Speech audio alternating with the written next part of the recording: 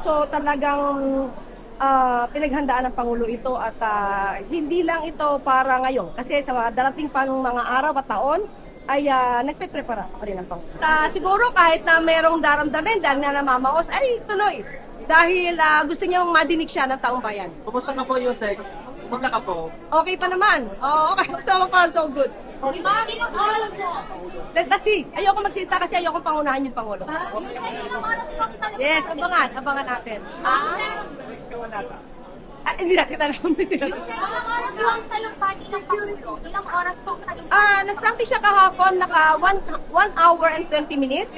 Pero hindi natin alam kung mas haba kasi yung pag-practice niya kahapon, mas mabilis yung magbasa. So let us see lang kung hahaba o... Kasi sabi nga ng Pangulo, hindi naman agad natatapos. Kahit natapos na yan, minsan may binabago pa siya. Okay, changes ng security dahil sa pagsabog. Kahit may pagsabog o walang pagsabog, dapat ang protection sa Pangulo ay talaga to the maximum level. Alam naman natin. Pero mas naging mahigpit. Hindi ko masasabi sa PNP, pero definitely dapat. Akala ko si Presidente yung pagsabog. Ano pong sinabi niya? Hindi pa kami nagkausap ngayon patungkol dyan. Administration worried ba about... Again? Worried ba ang administrasyon about these incidents tapos nag-coincide pa siya on the day of the storm? Sa ngayon, hindi kami nagkausap ng Pangulo. Pero definitely, yung mga kapulisan natin, dapat mas matindi ang pag-iingat at ang seguridad.